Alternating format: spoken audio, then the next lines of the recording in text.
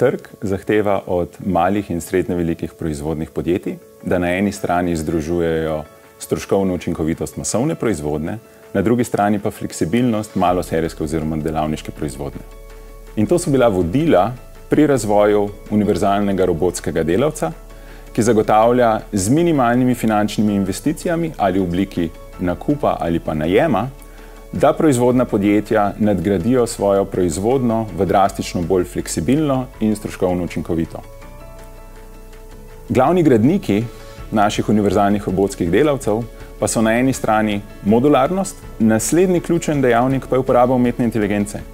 In sicer umetna inteligenca nam omogoča ne samo to, da robotski delavci ves čas opazujejo, kaj se v njihovi okolici dogaja in se v realnem času prilagajajo temu, pridobivajo nova znanja, optimizirajo svoje delovanje in ko se nekaj novega naučijo, ne samo, da to uporabljajo pri lastnem delu, ampak to znanje razširijo po celotni mreži vsem ostalim robotskim delavcem.